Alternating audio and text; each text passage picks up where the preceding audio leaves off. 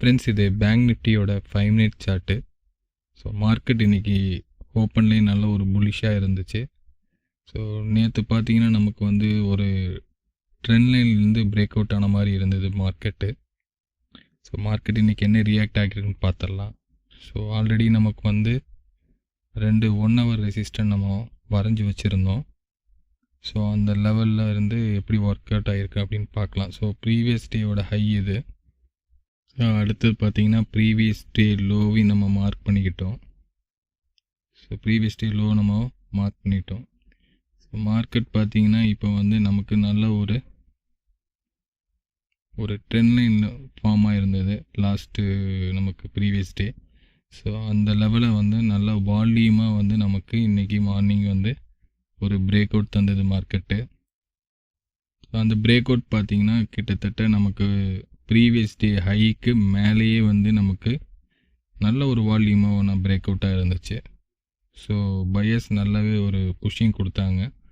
So அது வந்து first இருக்கிற 1 ஹவர் ரெசிஸ்டன்ட் கிட்டேயே வந்து நமக்கு ஒரு பிரேக் அவுட்டாக இருந்தது. ஸோ அங்கேருந்து நமக்கு வந்து ஒரு ஃபேக் பிரேக் அவுட்டான மார்க்கெட்டு அடுத்தடுத்து நமக்கு கீழே வந்துச்சு. ஸோ மறுபடியும் அந்த 1 ஹவர் ரெசிஸ்டன்ட் கிட்டேயே நமக்கு மறுபடியும் ஒரு ட்ரை இருந்தது. ஸோ அதுக்கு அடுத்தது பார்த்திங்கன்னா நமக்கு ஒரு லோயர் லோ வச்சாங்க. அதுக்கப்புறம் ஒரு புல் இருந்த மார்க்கெட் வந்து லோ வைக்கலை. ஸோ அடுத்த மறுபடியும் அந்த 1 ஹவர் ரெசிஸ்டன்ட் கிட்ட நமக்கு வந்து ஒரு ட்ரை பண்ணாங்க. மறுபடியும் புது லோ வைக்கலை. அதுக்கப்புறம் புதுசாக ஒரு ட்ரை பண்ணாங்க. மறுபடியும் பார்த்திங்கன்னா நமக்கு புது லோ வைக்கலை. ஸோ அதுலேருந்து பார்த்திங்கன்னா ஒரு பிரேக் அவுட் இருந்தது. ஸோ அந்த பிரேக் அவுட் பார்த்திங்கன்னா ப்ரீவியஸாக நமக்கு ஒரு ஃபேக் பிரேக் அவுட் ஆன இடத்துக்கிட்டேயே வந்து ப்ரைஸ் அந்த இடத்துலேருந்து ரிஜெக்ட் ஆகிடுச்சு. ப்ரீவியஸாக நமக்கு ஒரு 1 ஹவர் ரெசிஸ்டண்ட்டும் அதில் இருக்குது. ஸோ அங்கேருந்து பார்த்திங்கன்னா மார்க்கெட் வந்து அடுத்தடுத்து ஒரு புல் பேக் கொடுத்து ஹையர் வைக்க முடியல.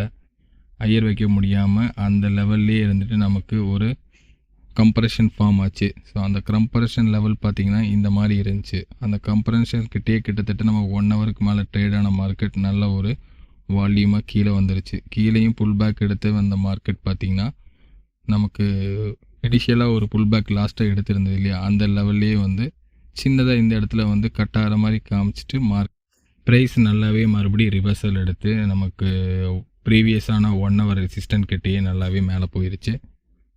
ஸோ அடுத்தது என்ன நம்ம வந்து பார்த்திங்கன்னா அந்தந்த லெவல்ஸ் நம்ம கீழே மார்க் பண்ணியிருக்க லெவலை மறுபடியும் மார்க்கெட் கட் பண்ணக்கூடாது. ஸோ இதே வால்யூமோட மார்க்கெட் வந்து நமக்கு நல்ல ரேஞ்சாக போனால் தான் அடுத்தடுத்த ரெசிஸ்டண்ட்டை அதை கட் பண்ணுறதுக்கான வாய்ப்பு இருக்குது. ஸோ ப்ரீவியஸாக வந்து நமக்கு ஒரு 5 மினிட்ஸில் ஒரு ஃபஸ்ட்டு புல் பேக் இருக்குது. அந்த லெவலையும் அந்த 1 ஹவர் ரெசிஸ்டண்ட்டையும் கட் பண்ணணும். கட் பண்ணால் தான் அடுத்தடுத்து மார்க்கெட் பார்த்திங்கன்னா நல்ல வால்யூமாக நமக்கு மேலே போகிறதுக்கான பாசிபிள் இருக்குது.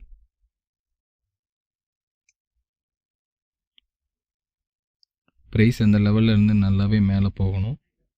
ஒருவேளை ப்ரைஸ் வந்து நமக்கு அந்த 1 ஹவர் ரெசிஸ்டன்ட் கிட்டேயே வந்து நமக்கு ட்ரேட் ஆயிடுச்சுன்னா அடுத்தது கீழே போகிறதுக்கான பாசிபிள் தான் இருக்குது. ஸ்டில் புல்லிஷாக இருக்கிற மாதிரி தான் இருக்குது. நாளைக்கு வந்து நல்ல ஒரு புல்லிஷாக இருந்ததுன்னா நமக்கு அடுத்தடுத்து நமக்கு மேலே போகிறதுக்கான பாசிபிள் தான் இருக்குது மார்க்கெட்டை பொறுத்தளவு. ஸோ ஃபைனலாக நமக்கு கிடைச்ச டே லோ அண்ட் டே ஐ நம்ம மார்க் பண்ணி வச்சுக்கிட்டோம். ஸோ நாளைக்கு நமக்கு பிளான் இது தான். இந்த லெவல்ஸ் நமக்கு கட் பண்ணால் தான் அடுத்தடுத்த மார்க்கெட் வந்து நமக்கு மேலே போகிறதுக்கான பாசிபிள் இருக்குது. ஸோ இது 49,200 வந்து கால் ஆப்ஷனு.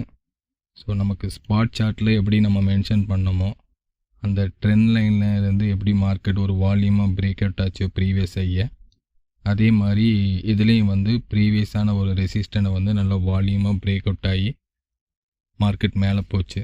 ஸோ மேலே நல்ல வால்யூமாக போன மார்க்கெட் அடுத்தடுத்த ஒரு புல் பேக் எடுத்து நமக்கு இந்த மாதிரி ஒரு ட்ரையாங்கிளில் ஃபார்ம் ஆச்சு. அதுலேருந்து மார்க்கெட் வந்து நல்ல வால்யூமாக மேலே போகிறதுக்கு ஒரு புல் பேக் எடுத்து தான் மேலே போச்சு. அங்கேருந்து ஒரு டிராஸ்டிக் ஃபாலு மறுபடியும் பார்த்திங்கன்னா நமக்கு ஒரு ரெசிஸ்டன்ட் பிரேக் அவுட் பண்ணிச்சு இல்லையா, அந்த லெவலில் இருந்து மார்க்கெட் மறுபடியும் ட்ரெண்ட் லைன் கிட்டே வந்துருச்சு. இதுக்கப்புறம் மார்க்கெட் நல்ல ஒரு ஹையரை ஃபார்ம் ஆனால் மட்டும்தான் அடுத்தடுத்து மேலே போகிறதுக்கான பாசிபிள் இருக்குது. இல்லைனா மறுபடியும் வந்து அந்த ரெசிஸ்டன்ட் கிட்டேயே வந்து ஒரு புல் பேக் எடுக்கிறதுக்கான பாசிபிள் இருக்குது.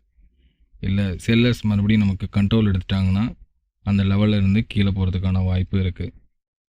ஸோ அடுத்தது பார்த்திங்கன்னா நமக்கு 42,200 புட் ஆப்ஷன் என்னென்னு பார்த்துடலாம். ஸோ இது வந்து 49,200 புட் ஆப்ஷனு. ஸோ நம்ம கேப் அப் ஆனனால இங்கே கேப் டவுன் ஆச்சு மார்க்கெட்டு. அதுலேருந்து ஒரு லோ கிடச்சிது, அந்த லோ மார்க் பண்ணிக்கிட்டோம்.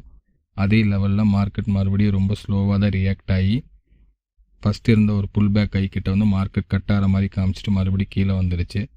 இதுக்கப்புறம் வந்து நமக்கு அந்த லெவல்லேருந்து நல்ல ஓப்பன் இருந்தால் மட்டும்தான் அடுத்தடுத்த லெவலில் நல்லா வால்யூமாக கட் பண்ணாதான் மேலே போகிறதுக்கான பாசிபிள் இருக்குது. இல்லைனா வந்து மார்க்கெட் வந்து அந்த லெவல்லையே அந்த ப்ரைஸ் வந்து நமக்கு சின்னதாக ஒரு ஓப்பன் ஆகி அங்கேருந்து கீழே போகிறதுக்கான வாய்ப்பு தான் அதிகமாக இருக்குது. தேங்க்யூ.